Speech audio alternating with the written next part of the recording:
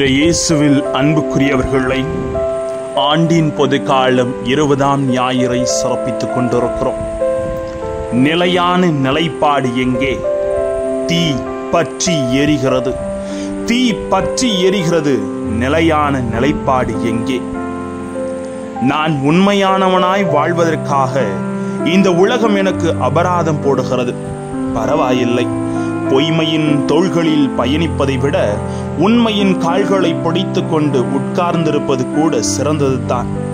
சிந்திக்க தூண்டும் இந்த வரிகள் நிலையான நிலைப்பாடு எங்கே என்று நம்மையும் சிந்திக்க அழைப்பு விடுக்கிறது.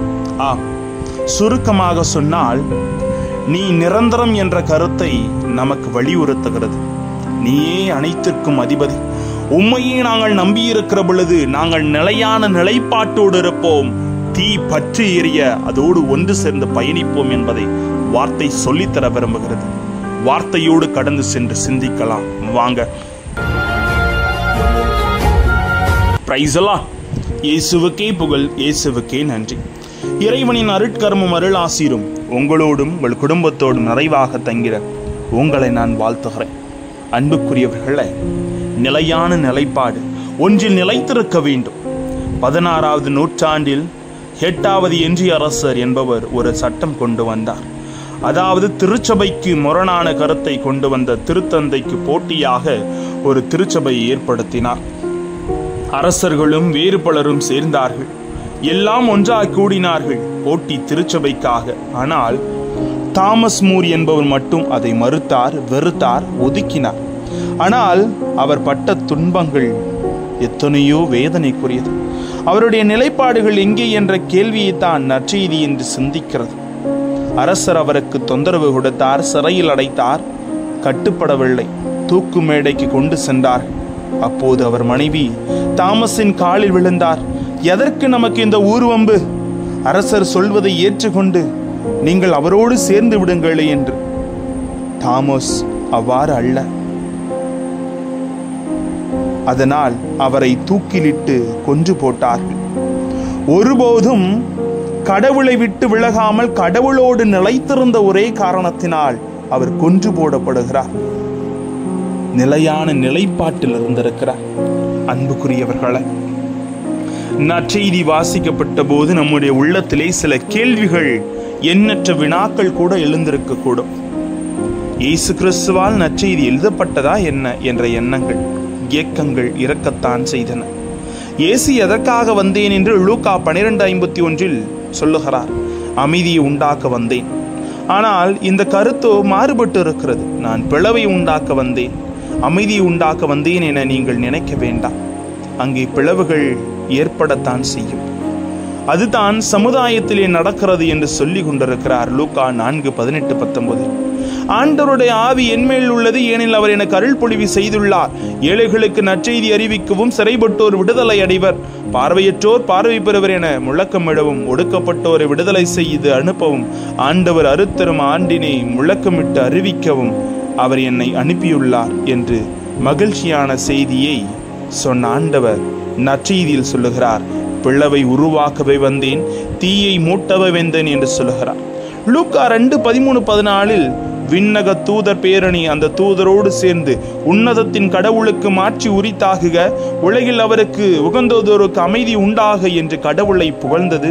அமைதியை ஏற்படுத்துவோர் பேறு பெற்றோர், ஏன் அவர்கள் கடவுளை மக்கள் என அழைக்கப்படுவர்.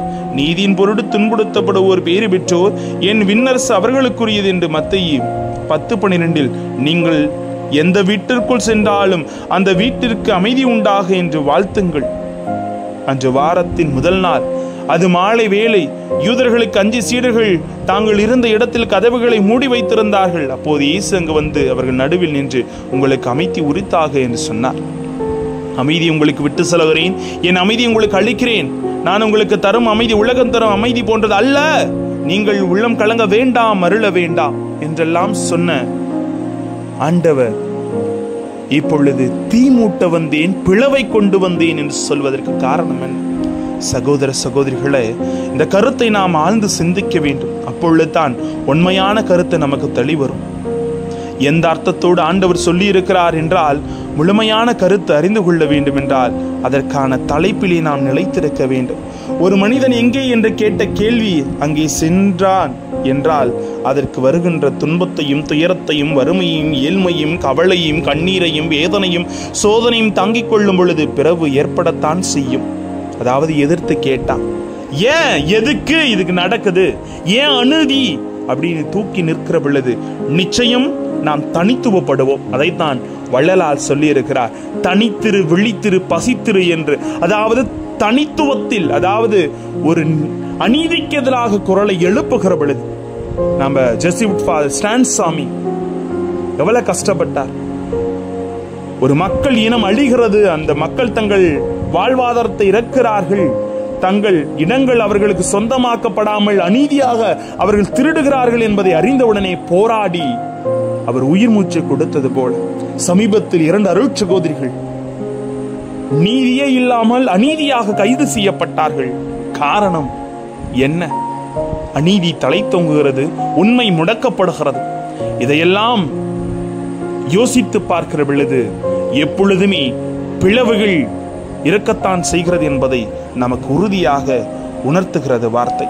ஆமன்புக்குரியவர்களே, நாம் ஆண்டவர் இயேசு உணர்த்தும் நிலைப்பாட்டிலே பொழுது இருக்க வேண்டும் என்பதை உறுதியாக வார்த்தை நமக்கு சொல்லித் தருகிறது.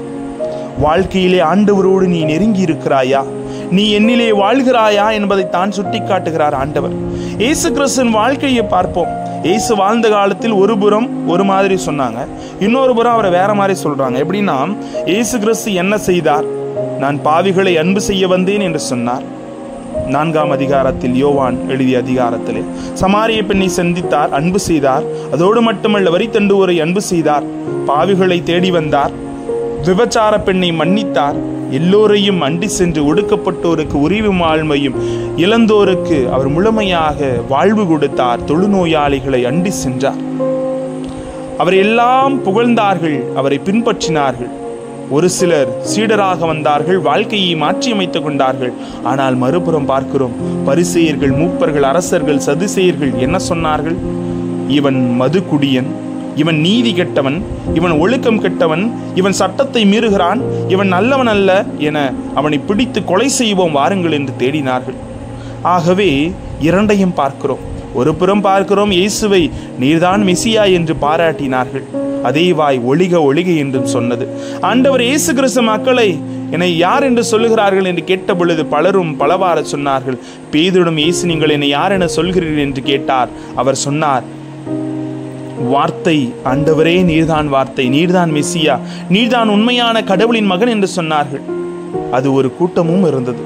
மறு கூட்டம் என்ன செய்தது? இவன் யார்? தச்சனின் மகன் அல்லவா? இவன் பேச்சு நம்ம கேட்கணுமா? இவன் தசையை உண்பதா, இரத்தத்தை குடிப்பதா என்று ஒரு கூட்டம் ஓடியது, அவரை திட்டி தீர்த்தது. ஆகவே இரண்டு புறமும் நாம் பார்த்து கொண்டிருக்கிறோம். ஒரு புறம் இயேசு கிறிஸ்துவின் வாழ்க்கையிலே ஏழைகளை அன்பு செய்யுங்கள், ஏழைகளுக்கு உதவுங்கள், ஏழைகளை அன்பு காட்டுங்கள் என்று சொல்லுகிறார். அப்போது வெறுப்பு வருகிறது. நன்மை எதுக்கு தீமை செய்யறன்னு கேட்டீங்கன்னா வெறுப்பு வரும். பகைமை வருகிறது. பணக்காரர்கள் அவரை திட்டுகிறார்கள், முரண்பாடு உள்ள கருத்துக்களை சொல்லுகிறார்கள். ஒரு புறம் பார்க்கிறோம், ஒடுக்கப்பட்டவர்கள் எல்லாம் உரிமை வாழ்க்கை உண்டு என்று சமுதாயத்திலே ஒடுக்கப்பட்டு வெறுக்கப்பட்டு நசுக்கப்பட்ட மக்கள் தேடி செல்கிறார்கள். ஆதிக்க வர்க்கத்தினர் அவர்களை அடியோடு அழிக்க முற்படுகிறார்கள். ஆகவே இரண்டு பேரையும் பார்க்கிறோம். ஒரு புறம் பார்க்கிறோம், சமாரியர்கள் எனப்படும் தாழ்த்தப்பட்ட சமுதாயத்தை சேர்ந்த மக்களை ஆண்டவர் அண்டி செல்கிறார். அப்போது உயர்ந்த மக்கள், யூத மக்கள் அவரை வெறுக்கிறார்கள். ஆகவே வெறுப்பு எப்போது தீ என்பது தான். வெறுப்பு என்பதும் தீ என்பதும் பகைமை என்பதும் இருப்பதை பார்க்கிறோம் நன்மை செய்கிற பொழுது. ஏன் அப்படின்னு கேள்வி கேட்டீங்கன்னா வெறுப்பு உருவாகும். அப்போ முதல் வாசகத்தில் ஆண்டவர் சொல்லுகிறார், எரேமியா புத்தகத்திலே அழகாக சொல்லப்படுகிறது, அழகா சொல்றார். ஏன்னா கடவுளுக்கு எதிரான இழிவாக பேசுகிறார்கள். அப்போது அவர் சொல்லுகிறார், நான் பொறுமையாக இருக்க முடியாது, நான் தீ மூட்ட வந்தேன் என்று சொல்வது போல உள்ளத்திலே தீயானது பற்றி எரிகின்றது. அரசரிடம் சொல்லுகிறார், மக்களுக்கு சொல்லுகிறார், கேட்பவர் யாருமே இல்லை. அவர்கள் தொந்தரவு கொடுக்கிறார்கள், கிணற்றில் தள்ளுகிறார்கள், சாட்டையால் அடிக்கிறார்கள்.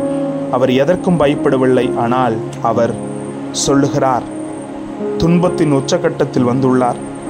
அப்போது அழகாக சொல்லத் தெரிகிறது, ஆண்டவரே நீ என்னை ஏமாற்றி விட்டீர், உம்மை நான் நம்பினேன், நானோ ஏமாந்து போனேன், நீர் என்னை மயக்கி விட்டீர், நானோ மயங்கி போனேன் என்று புலம்பலின் உச்சத்தில் என்ன சொல்லுகிறார் தெரியுமா?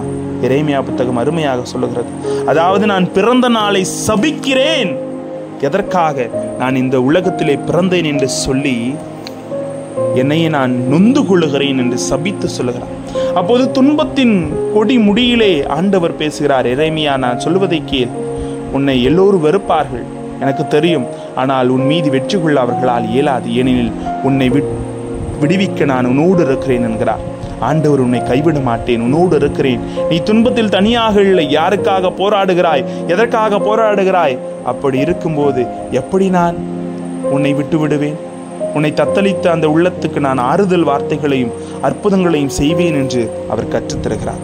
ஆக வாழ்க்கையில நன்மை அப்படின்னு ஒன்று செஞ்சேன்னா துன்பம் என்பது உன்னை தேடி வரும். எனவே நாம் எப்பொழுதுமே அதை தெளிவாக உணர்ந்து கொள்ளுகிறோம். எவன் ஒருவன் தன்னையே வெறுத்து சிலுவை சுமந்து கொண்டு வரட்டும் என்று சொல்லுகிறார் போல, ஆண்டவரே, நீர்தான் நிரந்தரம், நீர்தான் நிலையான வாழ்வு. எங்கே உம்மிடம் நான் தஞ்சம் புக வேண்டும்? எங்கே என்னிடம்தான் உள்ளத்திலே இதயத்திலே என்னோடு இரக்கத்தோடு உறைந்திருக்கிற இயேசுத்தான். அவரை என்றைக்கும் உணர்கிறோமோ அன்றைக்குத்தான் நாம் அனைவருமே நிலையாக இருக்க முடியும். அதை உணர்வோம். சற்று யோசிச்சு பார்க்கணுங்க. ஏன்னா நாம் ஒரே நிலைப்பாட்டில் இருக்கிறோம் அப்படின்னா, கேள்வி கேட்டோம் அப்படின்னா கல்லடி நிச்சயமா விடும். நல்லா யோசிங்க, காய்க்கிற மரம் தாங்க கல்லடி படும். இதுதான் உலகம். அப்ப நிலையான நிலைப்பாடு எங்கே என்பதை உணர்ந்தவர்களாய் ஆண்டவரிடத்தின் அருளை நாடுவோம். இறையாசிர் என்றென்றும் நம்மோடு.